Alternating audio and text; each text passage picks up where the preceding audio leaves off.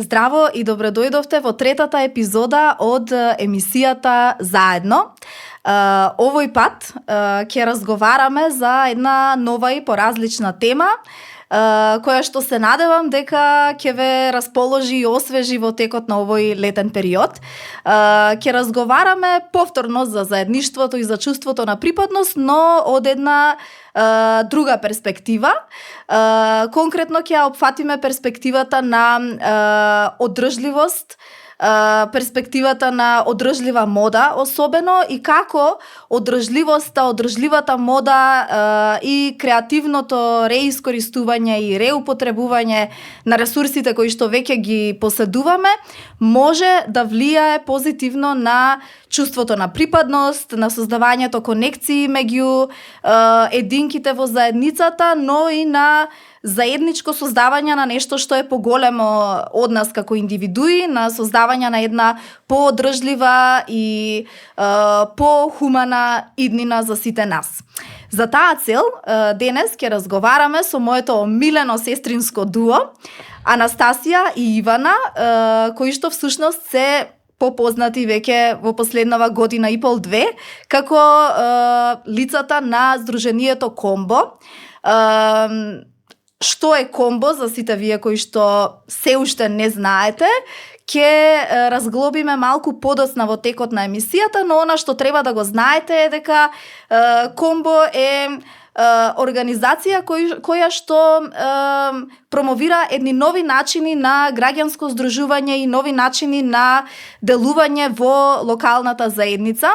Нивното главно дејствување и делување е во населбата Железара во рамките на град Скопје, но нивниот активизам оди многу подалеку од рамките на ова мала населба и многу подалеку од она што всушност има како основна дејност, односно одржливоста и реупотребата на стари предмети и стара облека.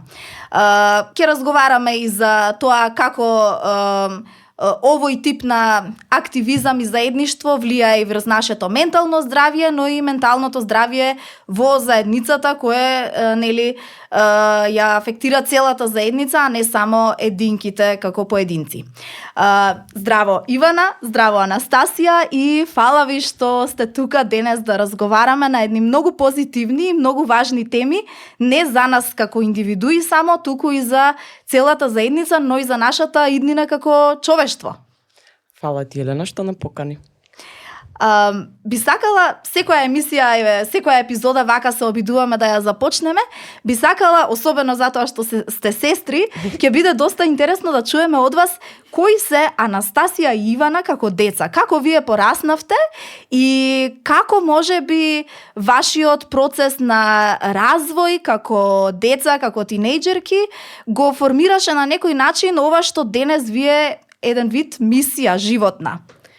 Може јас да објаснам за Ивана за секако тоа би било идеално. Интересно. Значи Ивана, затоа што сме сестри, ќе зборам од сестринска перспектива, Ивана секогаш беше таа што носеше најшарените алишта, а јас бев таа сестра во розово што беше облечена и собата ни беше така поделена на розово и сино, ама и сите други бои. Значи, од секогаш собираше ѓубре. Значи, пред врата ни оставаше различни стапчиња, каменчиња, све што ќе употреби за некој иден проект. Не ни даваше ниту еден пар кондори да ја фрлиме исто така. Затоа што сето тоа бе, не знам, идни сакси и така натаму. Играше сите можни спортови, генерално со машки да се дружеше. И што друго да кажам за тебе? Ме научи да бидам кул, исто така. Да, почна да ме шита со неа во диско, на фанки фрежурки и од тога станав кул. Сладко, фала ти. За Анастасија би можела да кажам дека уште од мала се бори за правата на сите.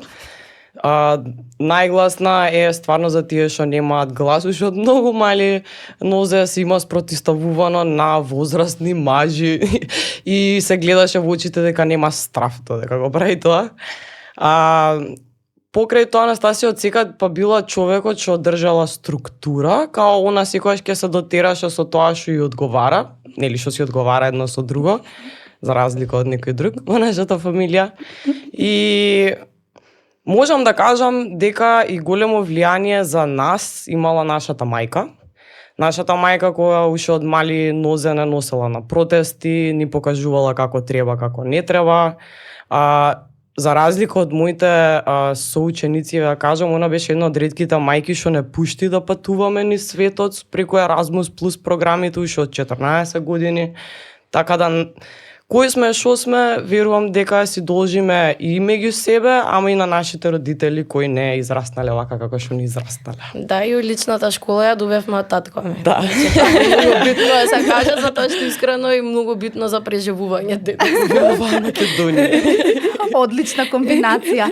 Добро, верувам дека многумина од оние кои што го следат овој разговор веќе и се донекаде запознаени со Комбо и со мисијата на Комбо, но ајде вие да дадете едно така ваше лично објаснување што е Комбо и која е мисијата на Комбо, односно како вашата лична мисија се рефлектира во мисијата на ова организација, кафич, библиотека, простор за креативни работилници и што уште не? Па, и ја ви кажала со Анастасија ни дојде идејата за Комбо, од кој еден ден можеби седнавме и продискутиравме што сакаме, како сакаме нашиот живот да изгледа понатаму, кога би имале работа, што би сакале таа работа да исполнува, односно би сакале таа работа да не исполнува. И исто така сакавме да смислиме нешто каде што помага на заедницата, никогаш нема да ни биде досадно од креативен аспект. И така некако лека полека настана Комбо. Но би кажала дека оваа фаза на Комбо која што е сега после 2 години не би ни можеле да ја замислиме искрено, дека ќе отворевме библиотека, не ни беше ни на крајот на паметот, иако као секој девојче сака да има кафе, книжарница со мачки и така дали, и така дали.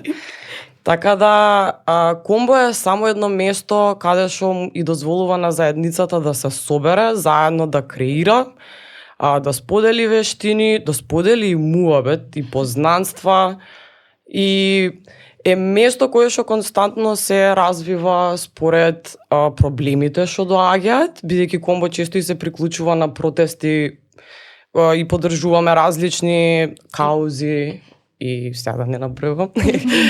И така да ние се водиме според потребите на општеството во моментов. Во моментов текстилот е ненормален загадувач и текстилот исто така има и многу голем потенцијал. Така да некако сега гледаме текстилот да го решиме лека по лека, ама попатно и други стари предмети. Јас би кажала дека Комбо не е само место, иако имаме физичко место, фала Богу, дека повеќе некој малце и концепт на размислување, затоа што може да кажам дека последниве 2 години ние од кога постоиме, навистина почнува многу повеќе да се зборува за одржливост, да се зборува за заедништвото како ништо кое што е есенцијално, особено денеска каде што владее некој хипериндивидуализам. Така да јас би кажала дека стварно е некоја многу по-широка мисла и затоа ни ја секад многу тешко да објасниме што е Комбо. Значи Комбо собира донации, Комбо организира настани, организира свирки, значи организираме каде се сме осетиле дека има потреба и каде може ние да придонесеме, сме придонесували. Ми се допаѓа што веќе навлеговме во муабетот дека и Комбо и се што правиме всушност како физичка активност или настан или физички простор кој што го одржуваме за заедницата е многу повеќе од само нешто физичко, нешто опипливо, туку е или еден проект на активност, така, значи да. многу повеќе. Мислам дека и многу лош глас се бие низ државава за невладините организации, ама јас верувам дека многу од невладините организации ја работат работата на државата. Абсолютно. И го одржуваат системот да биде колку толку нормален за граѓаните на државата. Супер, ќе се навратиме и на ова, бидејќи Ивана веќе спомна за текстилот, сакам да продискутираме за ова малку сега. Што се случува со текстилот, со брзата мода и како можеме да се спасиме од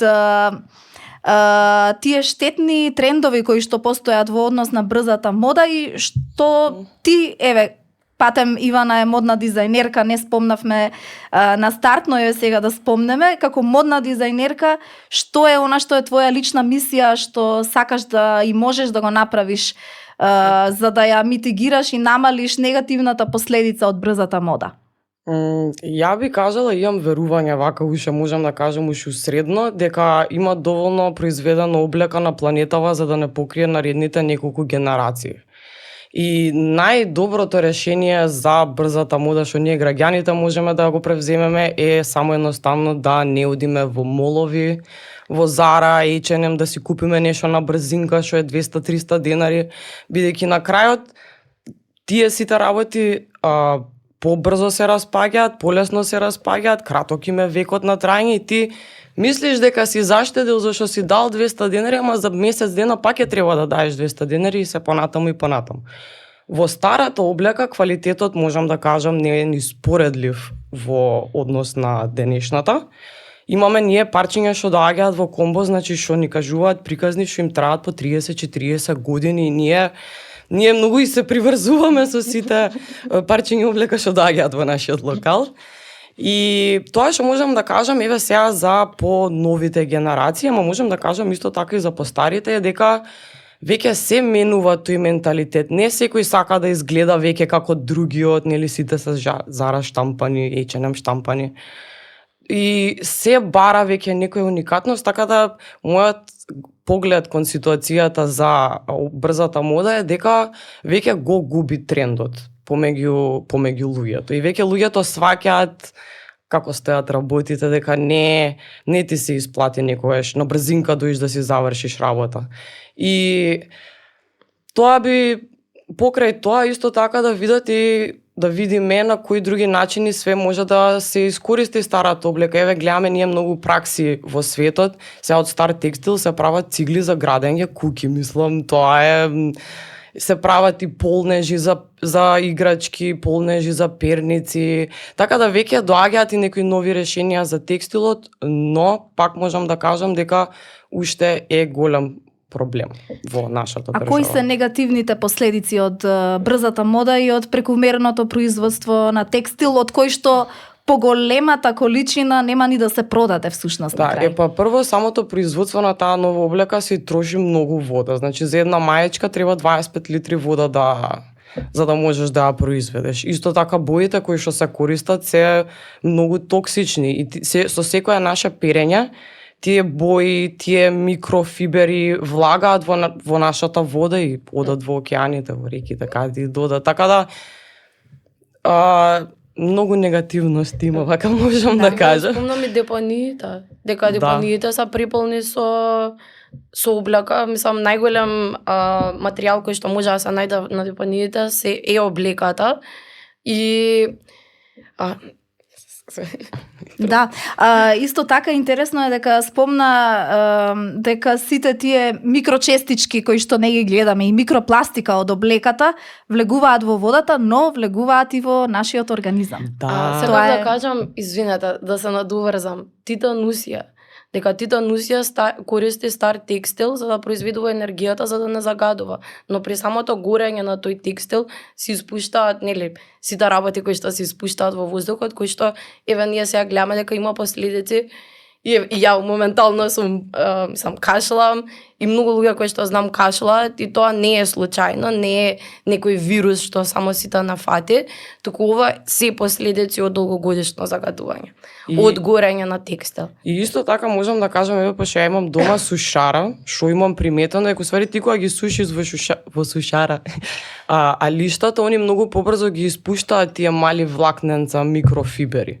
И ја и кога си го секнам носот во мојот касика спотом искачаат мали микрофибери, така да секаде го дишаме и го јадеме, го пиеме, значи тие микрофибери се во воздухот, во водата, во почвата и тоа е све должно на тоа од неквалитетна изработка и неквалитетни материјали за изработка. Односно материјали Од направени пластика. од пластика. Од пластика, да. Всушност ние на нашето тело носиме пластика Да. и она што веќе и последниве години постојано се зборува е дека дури и самиот фетус, значи неродено Да, има суштество микропластика. човечко содржи пластика, микропластика. Да. А ако Така ви што- кажам дека најголем број на пластик има во облеката за вежбање, не, мислам, онака мене тоа ми беше многу неверојатно. Ти се потиш и тоа све Да. ти се впива и ти се Да. задржува на твојата кожа, пошто и нашата кожа впива.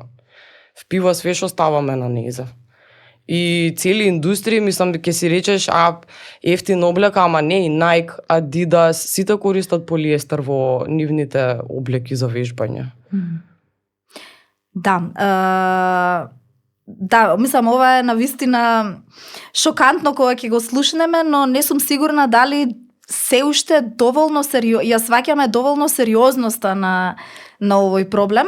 Сега вие сте дел од решението како контра тежа на сето она што се случува со брзата мода и покрај тоа што трендот со брзата мода е една гигантска машинерија која што е многу тешко да ја совладаме и против која што е навистина тешко да се бориме, но вие и вашите индивидуални, но и заедничка мисија преку Комбо се еден мал дел од сложувалката која што посакуваме да биде решението и одговорот на тековните проблеми со брзата мода, но и со загадувањето, бидејќи гледаме, еве и низ разговоров, дека и еколошките проблеми се многу тесно поврзани и испреплетени со проблемот со брзата мода. Пред да го почнеме снимањето на денешнава епизода, со Анастасија разговаравме и а и Ивана веќе спомна, дека многу голем дел од облеките кои што се продаваат и донираат преку вашите активности во Комбо имаат своја приказна. И еве да споделиме со слушателите и оние кои што не гледаат дека ние сите три денес сме облечени во алишта од продавницата на Комбо, односно се што носиме на нас е second hand. Јас всушност и во претходните две снимања од оваа емисија исто така носев облека од продавничката на Комбо и ќе се обидам да продолжам тоа да го правам за да ми остане еден вид традиција, бидејќи Комбо е дефинитивно мојата омилена second hand продавница.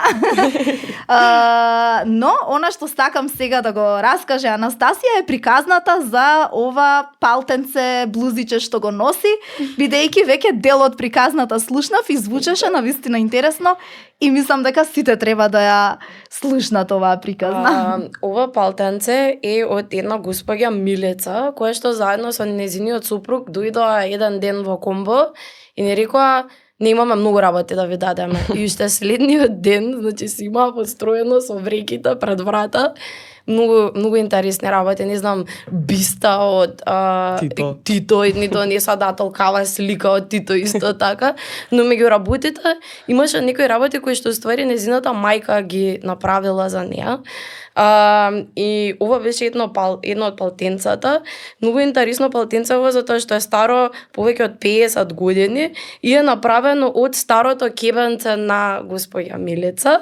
Значи ова нешто што незината мајка го направила и ми е толку убаво зашто јас премногу сакам хендмейд подароци. Јас само такви подароци давам, а и само такви подароци сакам да добивам. И колку време е вложено и целата сентименталност, затоа многу се надевав дека ќе ме биде точно кога го видов и многу бев среќна. И сега ми е staple piece, многу често си го носам. Прекрасно и многу убаво изгледа. Супер. Инаку Анастасија е исто така и психологинка. И би сакала малку да позборуваме и од аспект на психологија во однос на тоа како сето она што го правите вие преку реупотребата и рекреирањето на старите облеки и старите предмети кои што ги имате и кои што поминуваат низ продавницата на Комбо, како сето тоа се рефлектира врз заедницата, односно врз менталното здравје на заедницата и како всушност овој нов, мал, но надежно просперитетен тренд на купување алишта и предмети на старо, односно second hand, може позитивно да влијае врз нашето ментално здравје? Па јас би кажала дека она што приметивме, например, е дека луѓе ти треба да им даде само можност, каде што они ќе можат да допринесат за добро на општеството, бидејќи сите сме премногу зафатени, живееме во такво време и ти кога ќе им дадеш таква можност, каде што они со малку одвоено време можат да направат разлика, нели, тој отпад да не заврши на депонија, оние искористуваат оваа можност и нормално се осеќаат подобро за себе си, дека направиле некој мал допринос. Интересното е што тоа е као еден домино ефект се случува, дека после тоа следен пат и повеќе донации ќе ни донесат или ќе донесат некоја пријателка, па ќе им текне идеја за настан и гледаме дека уствари кога нешто убаво ќе се случи, значи кога ќе им дадеш таква можност, дека тоа така си се проширува и сега може да кажам дека имаме премногу комбо пријатели, века, така ги нарекуваме, зашто навистина се пријатели и мислам дека преку еве, например, сите што ќе дојдат кај нас во продавница ни викаат дека е како дома. И тоа го носат предметите кои што луѓето ни ги донираат, значи енергијата која што самите предмети ја носат, пусам ниво на тоа што кажа, например, облеката е многу поубаво направена порано него што е сега. И ти кога ќе видиш колку време се одвојувало, какви материјали се користеле, дури ти се јавува и некоја бунтовност кај тебе дека ти си викаш зашо јас не го имам ова сега во моето време. И така да мислам дека на многу фронтови делуваме позитивно. Исто што бе кажала дека стварно живееме во време каде што да сакаш, да имаш љубов е нешто контраверзно. И плюс е многу тешко за луѓето што сакаат.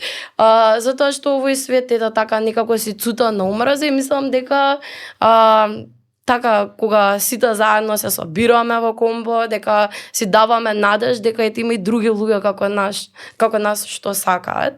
И така да ви кажала дека психолошки делуваме многу позитивно. Мислам и тоа и не беше замислата, затоа што ние ствари комбо една од идеите што не беше зашо да е во Железара, гледавме како тоа што немаме ништо во Железара кој што ќе даде дали културно или едукативно или само простор за собирање со убави луѓе, како влијае на некои генерации на луѓе кои што ги гледаме низ мало, значи ние имаме голем проблем во населбата со луѓе кои што се зависни од дрога, кои што се зависни од коцка и тоа зборам од најразлични генерации. И така ни беше жал кога ги гледавме дека за да пијат кафе мораат да седат во спорт лайф. Така да мислам дека и по полека малце нели го менуваме тоа дека третите места можат да бидат и места кои што не мораат да носат пороци заедно со нив. Ти сакаш? Да, извини, ќе се навратиме на тоа што сакаш да го кажеш, ама претпоставувам дека ќе не слушаат и гледаат и луѓе кои што не живеат во близина на Железара или пак не живеат во Скопје и можеби никогаш не слушнале за Железара, бидејќи не е најпопуларната населба на свет, за жал, иако е најубава на свет. Чисто да појаснеме, дали може да објаснеш, Анастасија, како изгледа населбата Железара пред да постои комбо и сега откако постои комбо, бидејќи од она што јас го знам, комбо е единственото место вистински создадено за заедницата и место во кое што заедницата, односно локалното население може да дојде, дури и луѓе кои што се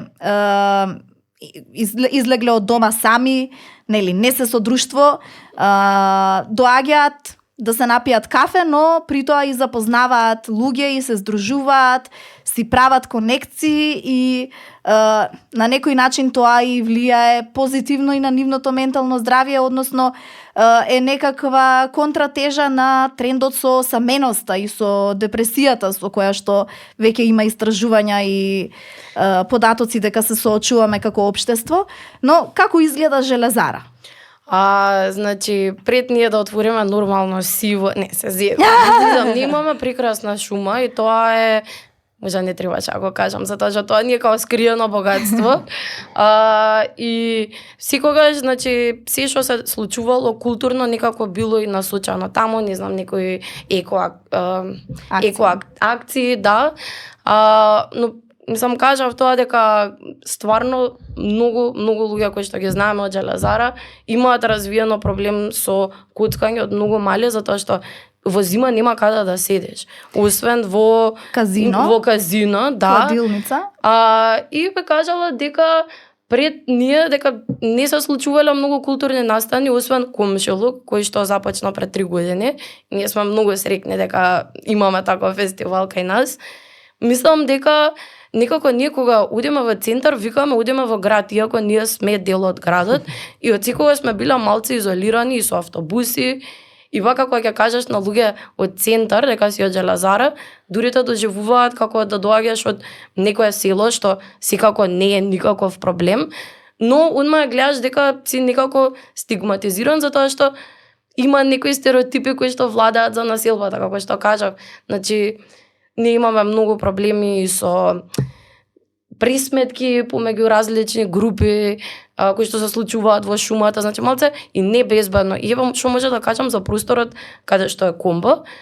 Тој простор бил напуштен од 2004 година и сите ни кажуваат дека језата јадело кога поминуваш од таму. Сега ни викаат фала дека сме го отвориле Комбо, зашто сега дури се седат пред Комбо кога не работи Комбо. Интересно. Ивана, те прекинавме тебе, но сакав да доловиме која е реалноста и дека всушност освен едно или две казина, неколку обложувалници спортски и една тобако трафика, друго место нема за луѓето каде можат да се соберат, а населбата постојано расте и бројот на младо население постојано расте во населбата. Така што мислам дека очајно се потребни.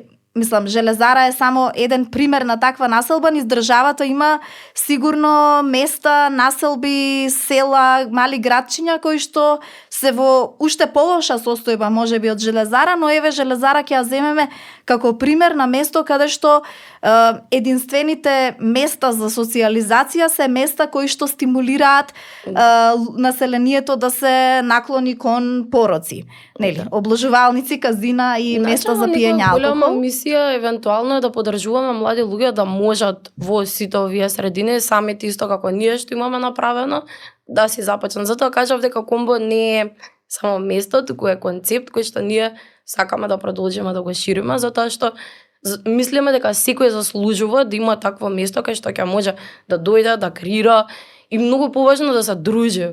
Зашто ние на пример кај нас многу пати некој ќе дојде без новчаник искочила за прошата низ населба, нормално му викаме на пишанка како комунистичко време. Ние се знаеме продавница како сме удале ти собираат таму на ливчето кај Вито. И мислам дека како да кажам дека ова е нешто што ќе се прошири и ќе успееме да создадеме, затоа што ги гледаме толку многу млади луѓе, фала му на Комбо што успеавме толку многу луѓе да запознаеме, што имаат енергија, имаат идеи, имаат инспирација, се што им треба е поддршка и ние како здружение тоа си имаме ставено во статутот дека ќе поддржуваме други млади луѓе, што нема само две сме. Не може се да прави, иако многу би сакале, и затоа мислиме дека со правилната поддршка и со пријателство може да помогнеме и на другите средини да имаат по едно Комбо. А можам да кажам дека и Комбо баш доаѓаат и такви душички што се вика креативни, желни за работа, загрижени за општеството, онака мислам баш сме сите на иста фреквенција и мислам дека фреквенцијата си ги влече и луѓето. Не доаѓа секој во Комбо, можам да кажам. Прво пошто не можеш да не најдеш толку лесно, освен ако некој не те донесе и некако лека полека се формира некоја малецко, не Комбо друштво, ама знаеш кај ќе се најдете кај Комбо на пола пат. Се формира некаква заедница. Ова е следното за кое што би сакала да споделите ваши емоции, чувства и мислења. Што е за вас заедница?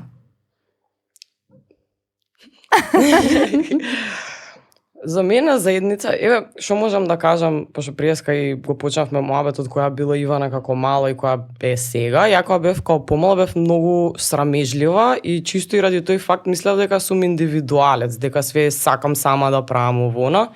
Но како што пораснав, само сватив дека не сум си го нашла можеби моето место на припаѓање и затоа не сум сакала да бидам во некоја заедница. Но последниве 2-3 години, така, откако пораснав, сватив дека не сум, од кога веќе не сум срамежлива, можам да кажам, сватив дека не ќе да сум индивидуалец, сакам да сум во заедница, сакам, за мене заедница значи да сте си тука еден за друг, да си помагате во вашите идеи, желби, да си правите друштво и за некои досадни активности, така да заедница е да сте заедно. Сума сумарум. Што за тебе, Анастасија, е заедница? За мене заедницата е некој против отров, против се ова лошо што ни го прават големите корпорации и лошо изградените државни системи.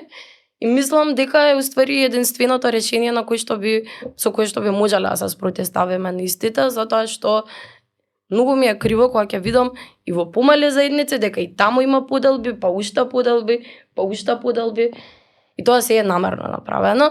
Ја мислам дека заедницата, значи навистина, она што треба да заклучиме е дека не постои универзален начин на протестирање, на активизам, на било што, туку дека секој треба да си ја гради сопствената приказна, зборам различни иницијативи, но сепак да не обедини она што е есенцијално, односно борбата за опстанок, затоа што ние моментално водиме борба за опстанок против се ова што не го прават, што не загадуваат, што не делат, што не тираат. Еве сега беше Pride, толку многу омраза видовме еве и на социјалните мрежи, не гаѓа од озгоре за време на Прайдот.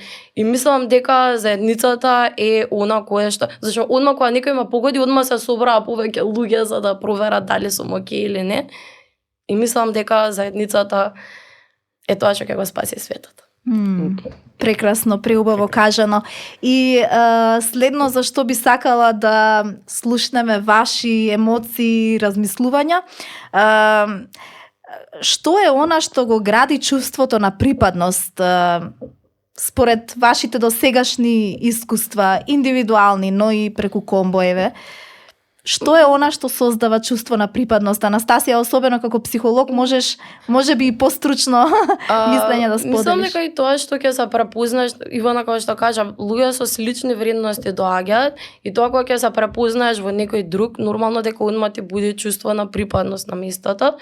Ама плюс многу некако лабава енергија владее кај нас и значи најразлични луѓе ни пристапиле и сме создале пријателства со нив и мислам дека кога го правиш автентично и кога го правиш со љубов, без разлика што сме NGO и NGO активности постојат, дека се осеќа таа автентичност и таа љубов, зашто сите не гледат, не знам, на бувљак, дека јас Ивана трчаме на сите страни, правиме кафиња, редиме, врзуваме, значи, и мислам дека кога ќе го видат сето тоа и гледаат колку многу љубов ние вложуваме во ова, и тоа го вложуваме за кои за оние да уживаат.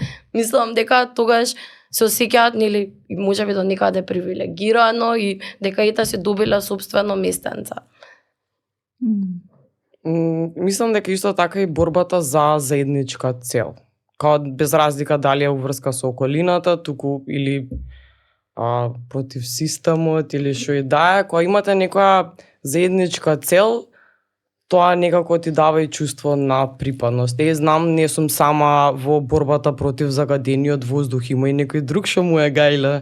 И се ова малце преку работа, што се вика, некако некој контекст, но поголемата цел мислам дека ја обединува заедницата, а и може да е поголемата цел само мир, као генерален збор. Потребата за мир, за чистота, за љубов, за тоа ги обединува. Барем мене. Сакаш да припаѓаш на убава заедница и плюс зашто е битна заедницата, дека ти како индивидуалец во заедницата нема да можеш да се осеќаш окей, ако тие до тебе не се окей. Мене затоа ми е многу битно да сите што доаѓаат и сите што имаат било каква потреба од нас, да знаат дека ќе да ни се обратат, за да може многу луѓе не си имаат обратено, дали е начин како да го реупотребат нивниот отпад или е начин како да се запамети мајката на Дамјан за настанот кој што го организиравме со 1000 книги. Така да има различни проблеми кои што помагаме да ги решаваат и на тој начин им даваме некое чувство на припадност, исто така. Го спомна настанот со 1000 книги, тоа беше феноменален настан и жал ми е што времето ни е ограничено и што не можеме да раскажеме во детали какви се прекреативни, феноменални, инвентивни, иновативни настани имате досега организирано, а кој знае уште што нема да организирате во периодов што следи. Така што она што можам да го кажам до сите што не слушаат и гледаат е да го отварат вашиот Инстаграм профил и да ве посетат дефинитивно ако се уште не ве посетиле, за да видат што се можат да прават во Комбо и со Комбо и кои се сите начини на кои што може да се инспирираат. Тука некаде мораме да го заокружиме овој разговор, така што ќе ви се заблагодарам за овој претопол, превесел и прешаренолик муабет што го имавме. Верувам дека инспириравме многу луѓе, времето е кратко, но сигурна сум дека овие половина час, 30 на минути во кои што разговаравме, ќе инспирираат некој да направи нешто свое во заедницата и да го побара своето место и да продолжи да трага кон чувството на припадност, затоа што, како што рековте и вие, заедницата е тоа што ќе не спаси и чувството на припадност е она што ни дава сила да продолжиме да делуваме и да бидеме активни чинители за себе, но и за сите околу нас. Фала ви многу, фала ви на сите што не слушавте и гледавте и се гледаме наредниот месец со наредна тема и некои нови исто така интересни гости.